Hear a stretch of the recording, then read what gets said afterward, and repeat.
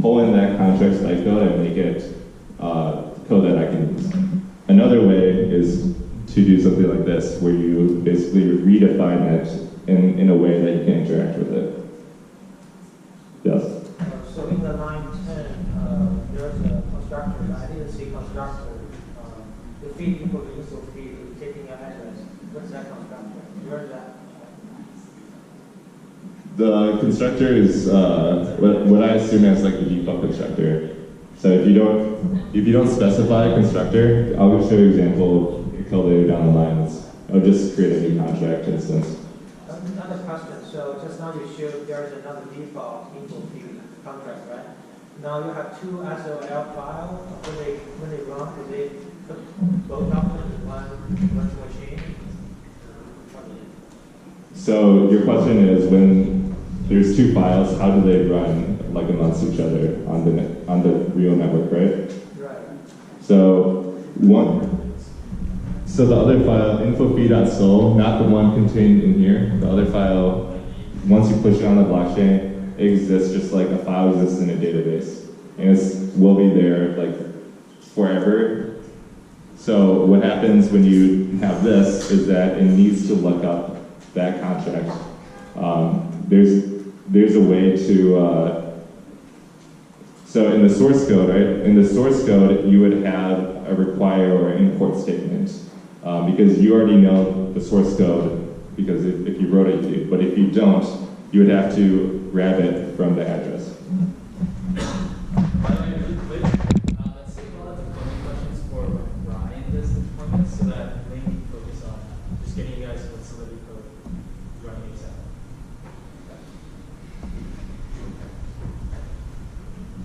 Okay, so we are going to go directly into our repo. So this is the next part.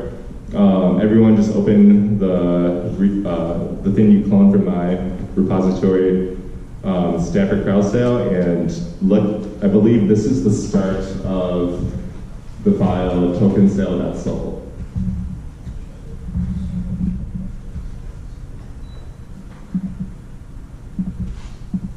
What are we opening again?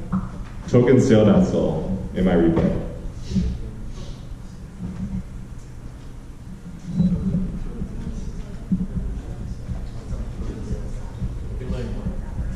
Quickly go over how dependencies work for live contracts, SOL files.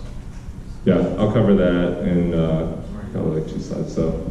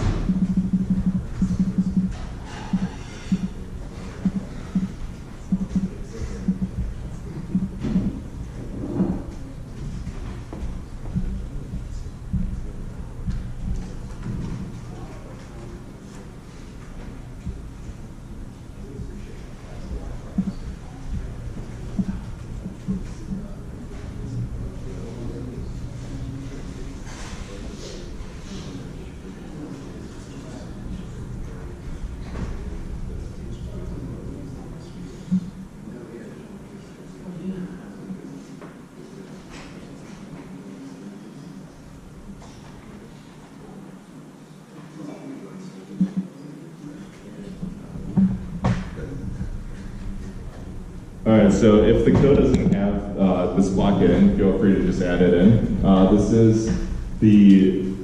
This is the token sale constructor, and let's start with that in the contract token sale. So if you guys are familiar with programming in languages like Java or C, the constructor is used to instantiate like classes. I think of classes as a blueprint, sort of like this is all the ways we can create this object. In Solidity, it represents the same idea. In Solidity, it's used a little bit differently than how you would in like object-oriented languages. So I wouldn't try to compare Solidity to like any existing language. I would just like think of it as its own thing. So what happens in a normal language is you create new instances every time you need an object, and you specify with the constructor arguments on what the inner fields need to be. In Solidity, what usually ends up happening is that you want to create maybe one or two instances, and the purpose of the constructor is that you can call the constructor once, and once you set the values there, it can't be set again. So going back to the crowd sale example, if your goal is to raise a lot of money and you want people to participate and trust you, you have to initiate those values somehow. And the most obvious way is to use constructor. There's other ways, but this is a good way to start this concept. In the constructor, what we have is we have an address argument for token and an address argument for wallet. So I'll just cover how this works. So what happens is that we need to say this crowd sale corresponds to some token contract that we've deployed. We can even use like a general token contract. The token contract represents a file that creates a finite amount of tokens, and then tokens you can trade and exchange just like Ethereum, and tokens are a way for companies to like raise funds before they launch their main application. And then we have a second argument, wallet. So the way to do a token sale is that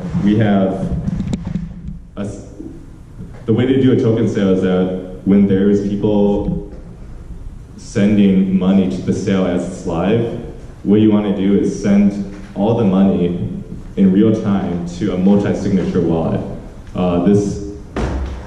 Consider the case where you wouldn't. Consider the case where we have thousands of people sending funds, and all it does is that the contract holds onto the funds itself. It does nothing special. It doesn't forward it to a different wallet. If somehow the owner, one of the authors of this contract lost their private key, like in a keylogger, or maybe they just had their friends open like the computer when they're away, right? When that happens, once they have the private key, at any moment could a malicious actor just transfer all of it. And what you have there is this concept called like a single point of failure. And that's like a thing that I think is very important for any Solidity developer, not to like write day-to-day code, but just like think of how you're structuring your entire application. Like the name describes, a single point of failure is any time you have some important business process or any like important, say, health data, you're dispatching an ambulance for someone in need of an emergency, right? At any point you're doing something important, there could be one single action and the entire thing goes wrong. In our, most relevant to us, in a token sale, someone loses